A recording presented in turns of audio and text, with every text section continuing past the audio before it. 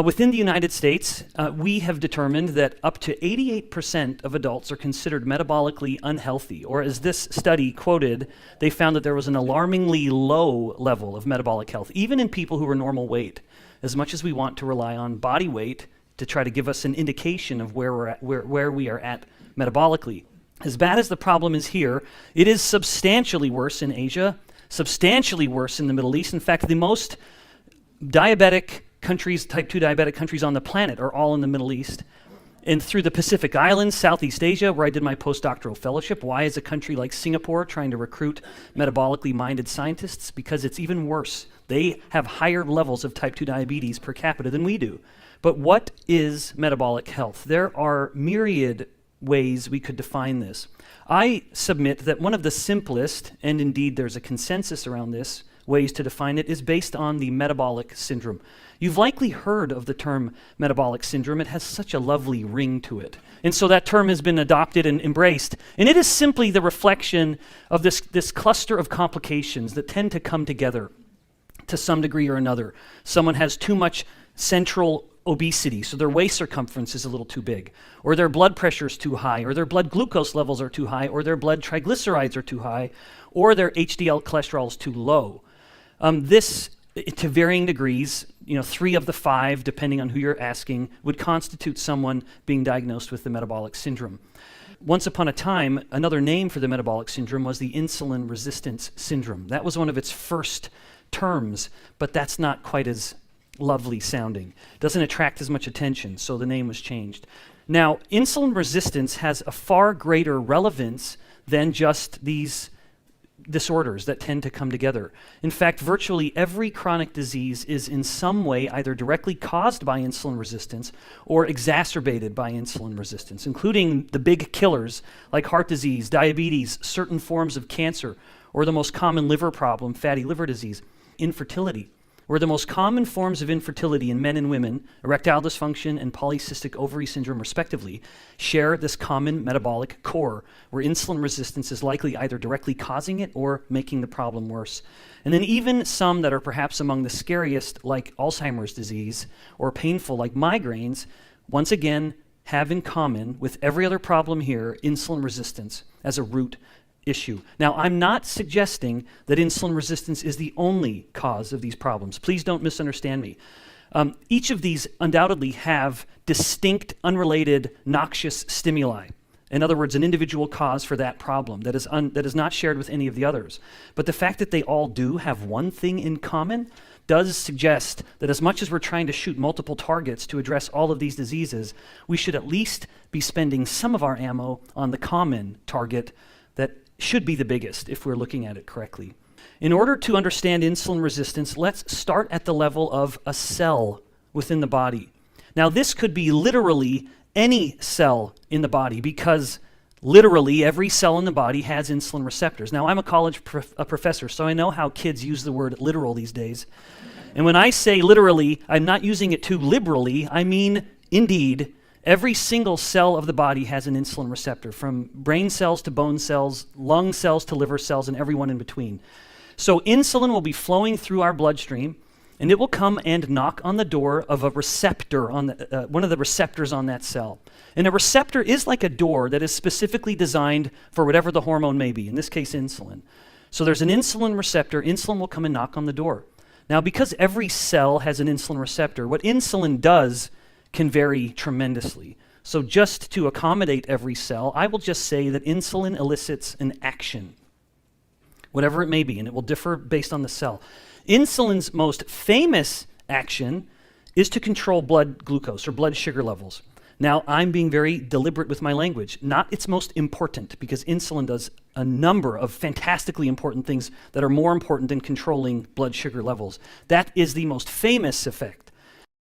So the most famous effect is that at some cells of the body, like muscle cells or fat cells, not every cell, some cells, insulin will knock on the door, and then other doors will open, allowing the glucose to come rushing from the blood into some of the cells of the body. Again, that's the most famous effect, and that can matter clinically. Now, over time, some cells of the body start to resist the signal. They're not responding as well to insulin as they used to.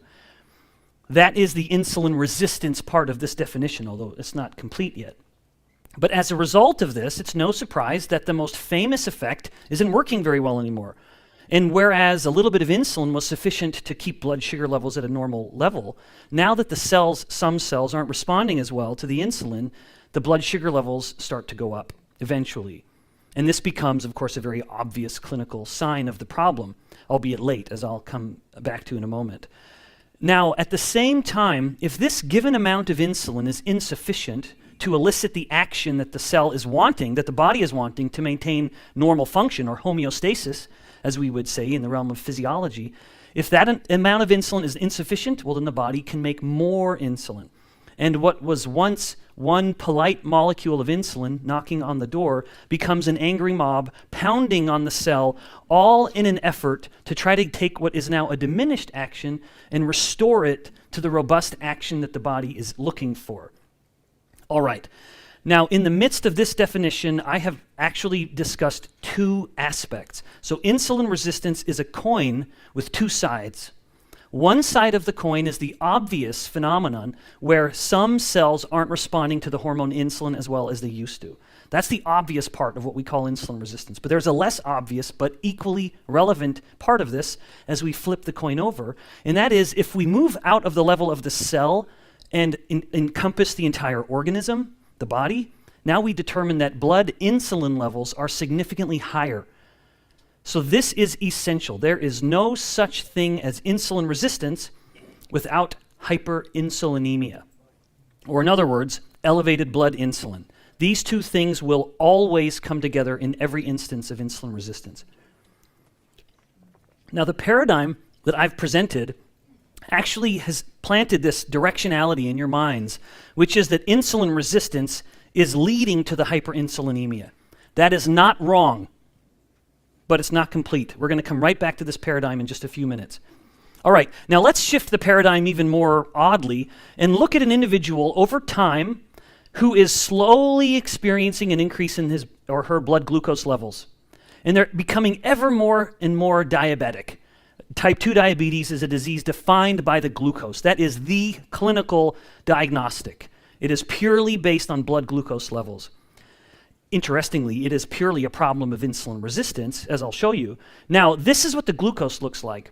However, if we were to superimpose insulin, it would look like this. If we had a clinician who was aware enough of the problem, or a patient who was aware and insisted sufficiently that we should also measure insulin, we would get a curve that would look like that. And you can see they do not run together. And this is on the time frame of years. So we're following the person through decades of life. Now, there are two, perhaps among more, time points here that I believe are relevant. This first time point is insulin resistance. When blood glucose levels are normal, thus flying under the clinical radar, which is based purely on looking at glucose, but blood insulin levels are significantly elevated. This is a state that can last for decades. And then eventually, the body starts to become so resistant to insulin and or the insulin production starts to come down a bit, but never going to zero. If this is type 2 diabetes, they start to move into type 2 diabetes. So type 2 diabetes is when the insulin is still elevated, but so too is the glucose. Now, the problem with the conventional clinical paradigm is that we have a glucose-centric view of metabolic health. And that's not wrong. It's okay for our perspective to encompass glucose. But if we are doing so at the expense of overlooking insulin, then we are missing the early metabolic signal, the canary in the coal mine that could have warned this clinician and patient that there's going to be a future problem would have come from encompassing or having our clinical view be more insulin-centric on the problem. That makes sense. If we appreciate that type 2 diabetes is in fact a disease of insulin resistance and all those other chronic diseases are also derivative of insulin resistance, well then let's look at the insulin. What are the primary causes? I submit that there are three: stress, inflammation, and hyperinsulinemia. So by stress, understand, please, that you are hearing that word coming from a professor who teaches a graduate class in endocrinology. I can't help but look at human health through the lens of hormones. It is my favorite subject.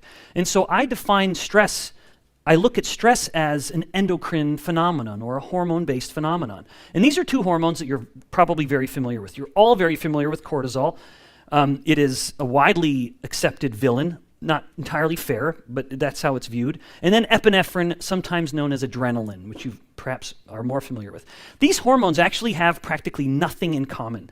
They come from different cell types. They're created in very different ways. They're transported through the blood in completely different ways. They act on target cells in completely different ways. Almost the only thing they have in common is that they both seek to increase blood glucose and do so very, very quickly.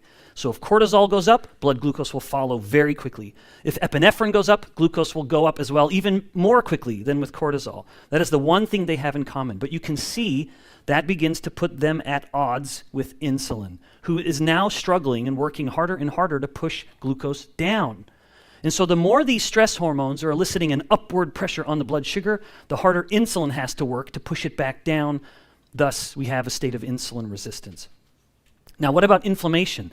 If some of you are going to be diligent students and look into some of these papers, you'll find some of mine in there. This was largely the focus of my entire postdoctoral fellowship with Duke, and we followed it up in some ways that I'll mention here. But anytime cytokines are elevated, the body will become less insulin sensitive or more insulin resistant. Now, cytokines are basically hormones that signal inflammation, the activation of the immune system, which we of course need. None of these things are bad. Stress is not bad. We need stress or we would be dead as a species and an animal, as a life form. We need inflammation, otherwise we'd be dead. We could never defend ourselves or heal and recover. These are all essential. It's just too much of a good thing, if you will.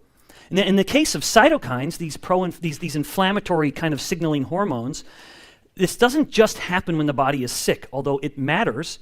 If someone has a cold or a fever or a flu, if they're wearing a continuous glucose monitor or they're diabetic, they will find that they have to treat themselves with much more insulin. They become insulin resistant. But less obvious instances also apply here. Like when fat cells get too big, they become very pro-inflammatory. And it was tremendously difficult for me not to include that in this lecture because most of the cells I study is fat cells. I'm a fat scientist, but I figured that would be a tangent too big. And so I would lose you forever. And we would gleefully be skipping down that rabbit hole for the entire night because it's such a cool topic. But diesel exhaust particles, as they are inhaled, we just published another paper on that topic. Cigarette smoke induces inflammation that causes insulin resistance. And autoimmune disorders. What's interesting, one of these studies I'm citing shows this. Autoimmune diseases will ebb and flow. And they'll be really aggressive and active, and then they subside and they're quiet for a time. As the autoimmune disease is turned on or off, so too is the insulin resistance. It tracks very, very closely. All right, now third and final is the hyperinsulinemia. Anytime the body has too much insulin for too long, it becomes insulin resistant. At first glance, it looks a little odd or it sounds a little strange, but at second glance, there is generally a nodding of the head and an acceptance of it, because this is reflective of a fundamental biological principle. An incessant stimulus will result in a resistance to that stimulus. I believe this applies to every aspect of our life. If we are exposing ourselves to something too much, we will become resistant to that thing, for better or worse, and often for worse, unfortunately, but even to the point of like addictions and habits. It's the constant stimulation, and then the sensitivity to the stimulation goes down, and so now you need more of it. The cell is no exception when it comes to insulin. Too much insulin, or the body, too much insulin will make insulin resistance. Now, why do I focus on this, and why do I believe that it is the most relevant? Let me just present to you, at first, what is an uncommon paradigm. Let's imagine we have an uncommon individual who is in fact ignoring the conventional dietary advice and only eating 3 times a day, because we've been told to eat 5 or 6 times a day. So let's say we have an uncommon individual who's only eating at the 3 standard meals during the day. And this is what their insulin levels would look like, somewhat. You can see it spiking up, and it takes, even in a very insulin-sensitive person, a 20-year-old college-aged male, the most insulin-sensitive person on the planet, is going to have an insulin that would still take about 3 hours to come back down. So this is an uncommon person. Let's look at a slightly more common person, still very insulin sensitive, so the body gets a glucose load by eating something starchy or sugary. Insulin will rush up to try to clear the glucose out, and then insulin, having done its job, will go back into the background. So this is what it might look like in the person only eating 3 times a day. Now, again, most people don't do this. Unfortunately, in the wake of such a significant insulin spike often comes hunger. And so what most people do after having a very starchy, sugary breakfast, well, they need a starchy, sugary mid-morning snack. and then they need a mid-afternoon snack, and then they need an evening snack because you just have to have a few bowls of cereal or popcorn or ice cream at the end of the day. But even still, this is an uncommon response because this is an insulin-sensitive person, and most adults are not very insulin-sensitive. If we were to take the same eating strategy and look at what the insulin levels are like in a person who's insulin-resistant, then all of a sudden, they never come down. The average person is in a constant state of hyperinsulinemia every waking moment of the day, and several hours into their non-waking moments, into sleep. And one of the worst things you can do, as a brief aside, and for the sake of time, I cannot do too many of these, is go to bed with hyperglycemia. If you go to bed with the blood sugar levels elevated while insulin's trying to bring it down, you activate your sympathetic nervous system. You make yourself hotter, you're sweaty, you make your heart beating harder and faster, and you're lying there wondering why you're so why am I so anxious? Everything's fine. Everything is fine. You just induced an acute kind of diabetic state, and now your sympathetic nervous system is active, so good luck trying to calm down. It's not going to work until you clear that blood sugar out, which will be about 1 a.m. So anyway, let's come back to this. The way I presented this earlier, I presented to you the idea that as the cell stops responding to insulin, the body compensates by making more. But now I've shown you that if there is more insulin, it can contribute to the diminished response. So this very much becomes a vicious cycle that we have to break. Now, as much as this has sounded like a horror story, you can break it. And in fact, you can break it exceptionally quickly. Insulin resistance can become totally reversed, not only in many people within weeks, but there are full-on type 2 diabetics whose insulin resistance is so severe they can't control their blood sugar anymore, who can get off every medication in just months, literally reversing their disease. All right, now how can you do it? The two primary ways of doing it is through drugs. That's the conventional way. You already can tell that I'm not an overly conventional fellow. But also diet, which is less popular to talk about. Now, for the sake of drugs, I have to unfortunately present this somewhat in the context of type 2 diabetes, just because if it's an anti-diabetic drug, which is how that class of drug would be called generally, it is only really helping if it's solving the insulin resistance. So let's just take a little time to talk about these anti-diabetic drugs. These are the most common. Metformin, GLP-1 agonists, SGLT inhibitors, thiazolidine diones, sulfonylureas, and insulin. For the sake of time, we won't talk about all of them. But just to look at any drug, when you are putting this foreign substance in your body, what you have to appreciate is that you are picking up the stick. And you're going to pick up both sides of this stick, even though you might only have wanted to pick up one. Or to say that all another way, you must balance. Everything that happens when you put this thing in your body is going to be a consequence. So are the consequences I want worth the consequences I don't want? And unfortunately, in many of these instances, it is very much on the right side of that. Maybe I should have swapped it. All right, so this is my own kind of classification of these drugs. And very, very briefly, metformin is the most widely prescribed anti-diabetic drug on the planet. And for good reason, it actually works pretty well at improving insulin sensitivity. So it actually is improving insulin sensitivity and thus improving blood glucose levels and generally improving the metabolic health of the person. Even still, as effective as this drug is, there can be substantial GI problems, which is why people generally stop it if they do. Even still, even modest lifestyle changes are capable of 2 times the improvement of metformin at improving metabolic health. And then a final thought on metformin that gives us some pause and why I can't give it an A grade is that it actually partly works by being a mitochondrial poison. Now that's dramatic. Thank you for giving me that somewhat of gasp response. But nevertheless, metformin does affect the ability of the mitochondria, the powerhouse of the cell, to work well. It inhibits its function. And this becomes a problem in muscle. And this is then no surprise that in human studies, they find that if a human exercises, the mitochondria get a little better and bigger and stronger. If they exercise and take metformin, it wipes it out completely. If you've been told to take metformin to improve your diabetes and you're being told also to exercise more, one of those is directly negating the other. Pretty sobering. All right, now what about GLP-1 agonists? You guys have probably heard of Wegovy and Ozempic. This is a drug that people are even bragging about. I've never seen anything like it. Now, what about GLP-1 agonists? GLP-1 agonists are taking advantage of this incretin hormone, incretin being a hormone that comes from the guts and helps regulate blood sugar, the most famous being Glucagon-like peptide 1, GLP-1.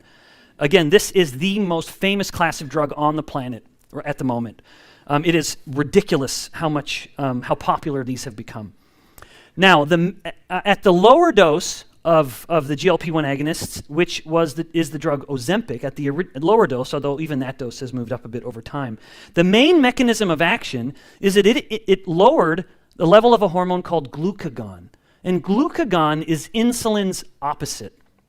Whereas insulin wants to lower blood glucose, glucagon wants to increase blood glucose. And because GLP-1 agonists, when they inject that in, it's inhibiting glucagon, so it's bringing down this hormone that's trying to increase blood glucose levels. Does that make sense? So by inhibiting glucagon, it's lowering the glucose that is in the blood, thereby improving the diabetes. And when this drug first came out at that lower dose, I actually said, I can get behind that, which is why I kind of give it a slightly green color. Unfortunately, at the same time, the scientists learned, well, if a little bit of this is working that well, let's just dial it up to an 11 and boost it up. And that's the difference between Ozempic and Wegovy. It is simply about 5 times the dose of the exact same molecule.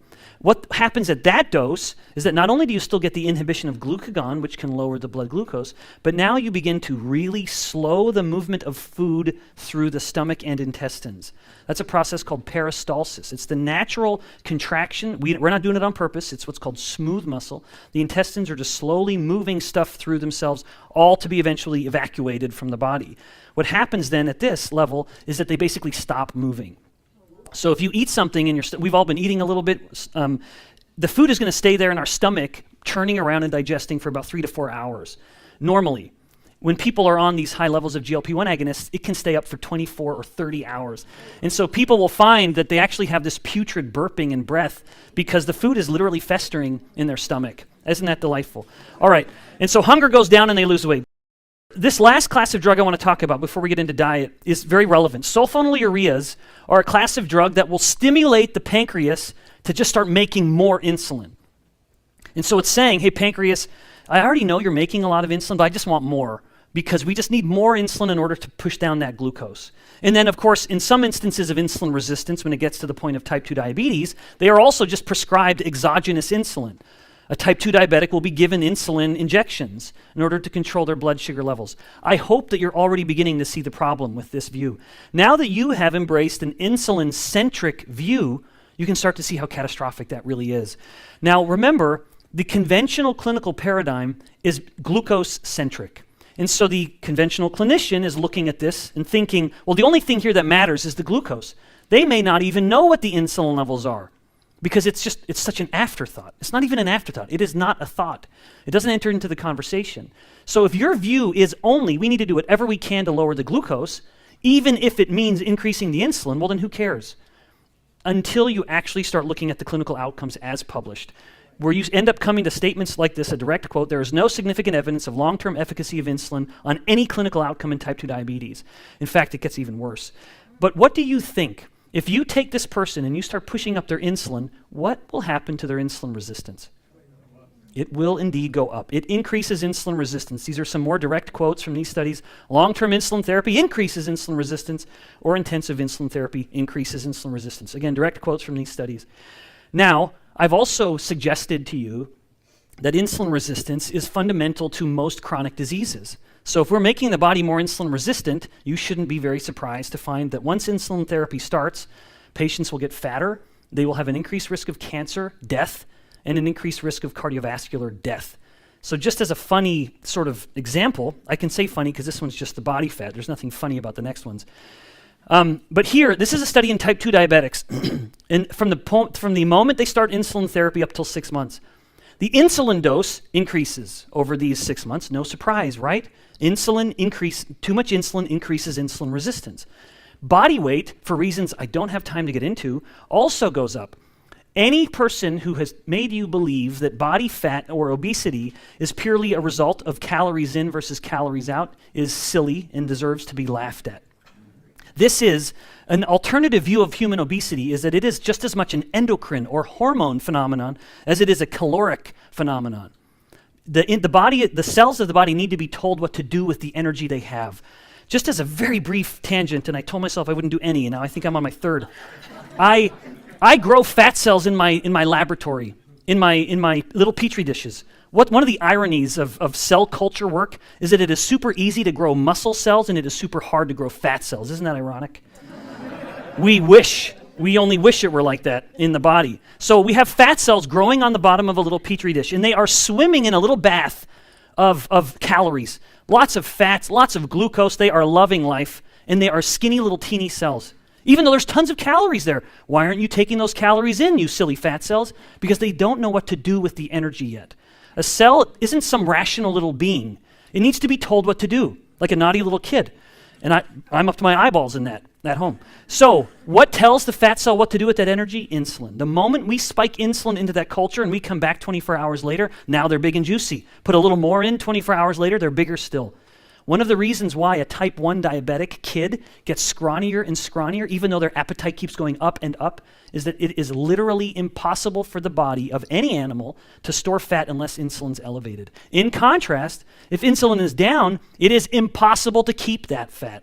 So as we bump the insulin up and body weight is going up, they're getting fatter, in 10 pounds fatter, all while they start to eat a little less. Well, thermodynamics have just been broken. Well, of course they haven't. It's just we can't really account for every unit of energy in the body. It gets too complicated, but insulin starts to literally slow down the metabolic rate, all in an effort to promote greater fat storage. And that's what this study found here. Now, what about cancer? About 90% increase in cancer death when the type 2 diabetic goes on insulin therapy. And with heart disease, it actually goes up by about 3 times. So when we give the diabetic, the type 2 diabetic, more insulin in this disease that is already a disease of excess insulin, we are making them fatter and we are killing them faster. All right, now, as we come back to this wheel of misfortune, and I am some demented version of your game show host who's focusing on this, what's interesting is that it makes this view all the more puzzling because most of these diseases have either nothing to do with blood glucose or very, very little. In other words, glucose is providing very little, if any, influence on any of these variables. But insulin is affecting all of them. These are all somewhat related to the insulin, not the glucose. But the glucose influences the insulin, so it's not irrelevant. And then let's move into diet. Now, within the diet, there are 3 macronutrients, the main parts of the human diet. They are fats, proteins, and carbohydrates. Now, if you look globally, and I've given various versions of this talk literally around the world, even this year and more to go, because it's such a problem around the world. If you look at diet macronutrient consumption around the world, the global diet is about 70% carbohydrate. And again, this is the global population. And then the remainder split somewhat between protein and fat as a total percent of calories consumed. So we, as a global population, overwhelmingly consume carbohydrate. Now, unfortunately, more and more of that is highly refined carbohydrate that comes from a bag or a box with a barcode. Now, what do these macronutrients do to insulin? This is a reproduction that I'm going to show you, literally overlaid on this particular study. So nothing I'm showing is making up. And indeed, I have my own data from my own lab. Where we have confirmed these. When someone eats pure fat, which we don't do very often, you have no insulin response whatsoever. If someone eats pure protein, you have no insulin response. If someone eats pure carbohydrate, now insulin will go up by about 10 to 20 times and it'll take about 3 hours to come back down. Remember, that's in an insulin-sensitive person.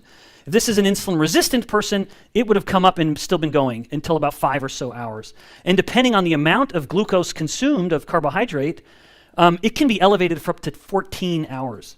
If you eat like 3 bowls of cereal, which is easy to do for me, that is my one true vice.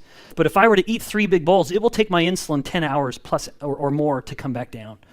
Now, let's just look at this in a slightly different way, but same overall thing. So no effect, protein maybe, depending on the person. There can be a very small effect, but pure carbohydrate, large effect. But of course, the type of carbohydrate matters. I don't want you to think I am declaring war on carbohydrates as a class. I'm not. Unfortunately, the type of carbohydrate matters, unfortunately being that we don't eat the right ones. If it's typically vegetables or the lesser tropical fruits, there's very little effect. If the vegetable grows above the ground or things like berries or some citrus fruit, the insulin response is very, very modest, if at all. Unfortunately, those are not the carbohydrates most people eat. Most people eat refined starches and sugars, eating or drinking them. But just to help you appreciate the effect of the carbohydrate, this study was done in young, healthy, college-aged students, and they had them eat a higher amount of carbohydrates for 1 week. And over the week, their fasting glucose levels were normal.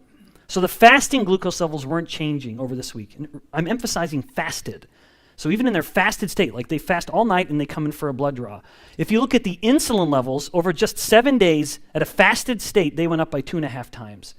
Higher insulin, normal glucose, this is insulin resistance at its earliest stage. If this experiment kept going, the insulin would continue to climb, and then eventually it wouldn't be able to control the glucose, and then that would start to climb as well. And what I want to impress upon you is the importance of not ignoring the glucose, but saying, glucose, you matter, but you actually matter a little less than the insulin does. And so I'm going to get my insulin measured at my next blood test. And then why should we then encourage the person to eat so much? That is, the American Diabetes Association recommends a diet that is still primarily carbohydrate. That is the one nutrient the person is struggling to control. Why are you telling them to eat more? I don't know why, I truly don't, but I would say it's a hell of a way to sell a lot of drugs. It is a very effective way to make a lot of money. What do I recommend then in order to put these macronutrients into their place? Because macronutrients matter most when it comes to controlling insulin levels. I believe there are 3 simple principles that can be adopted. The first one, control carbohydrates. So be careful with carbohydrates that come from bags and boxes with barcodes. If it is whole fruits and vegetables, it can be enjoyed, liberally, in fact. Next, prioritize protein. Protein has little to no effect on insulin, and that is really at the heart of all of this. We want to try to give insulin time to come down. Give it a break. Give our body a break. Prioritize protein, and that should be animal-sourced proteins, which is superior by every single metric. I know it's not popular to admit that these days, but the nice thing about being a scientist who's not at a state school, I don't have to worry about saying popular things. Then last, third and final, don't fear fat. In nature, yes, in nature, all protein comes with fat. There is literally no exception. Remember, I don't use that word too readily. In nature, there is no protein that doesn't come coupled with fat. I believe that however that protein and fat came to be, however humans came to be, through design or evolution or a mix of both, we are designed to eat that protein the way it was created. It should come with fat. When humans eat protein with fat, we digest it better. When humans eat protein with fat, it actually elicits a stronger stimulus at growing muscle than just protein alone. It's almost as if Mother Nature or God knew what they were doing when they put them together, because our bodies are built to get them together. It works better, we digest it better. It has a stronger anabolic or muscle building effect. So don't fear the fat that comes with that protein. I don't think cancer would be intended to be a solution to insulin resistance, if only because insulin resistance can make a cancer more aggressive. So you wouldn't have a, if that were the case, then it would be a feedback where the cancer would turn off the insulin resistance and slow the growth of the tumor. So no, I don't believe so, if only because we know insulin resistance accelerates tumor growth in certain instances, like breast and prostate tumors. Muscle is the main consumer of glucose in the body, mostly because of the mass. Most of what makes us our mass is because of muscle tissue. And in addition to just the sheer amount of muscle the body has, is how hungry the muscle is. Muscle can be a very hungry tissue. So as you guys are sitting here, your muscles aren't really taking in any glucose, unless insulin is opening those doors, until we start exercising. So once we start dynamically moving the muscle cells, they become so hungry that they tell insulin, I don't need you anymore, I'm opening these doors on my own. So they have a back alley way of opening the door. So this is my long-winded and somewhat silly way of saying exercise is tremendously effective. But even then, it pales in comparison to diet. As much as exercise can have an acute benefit, you can out-eat that benefit immediately. Indeed, even in real time. So if you are doing a mild exercise and you're taking in a sugary drink, you're not getting any insulin sensitizing benefit. There was a study done in human women, in women, finding that if they exercised, they were more insulin sensitive the next day. If they exercised and consumed a sugary drink, they were just the same as they ever were. So anyone who's slowly going on the elliptical and they got a smoothie or a Gatorade, it's net negative. Now, one final comment. I am actually, minute for minute, a much greater advocate of resistance exercise than I am aerobic exercise. I'm an enormous advocate, not only for the sake of controlling insulin sensitivity, but aging. The more you age, one of the greatest predictors of living a long life and squaring off the curve of mortality, most people, unfortunately, we have this slow, expensive, miserable decline into older age and death. We want to be functioning, and die. Yeah, and the best way to square that curve is by having muscle mass. So I strongly encourage, minute for minute, do some type of activity to failure. Whatever it is, fatigue those muscles.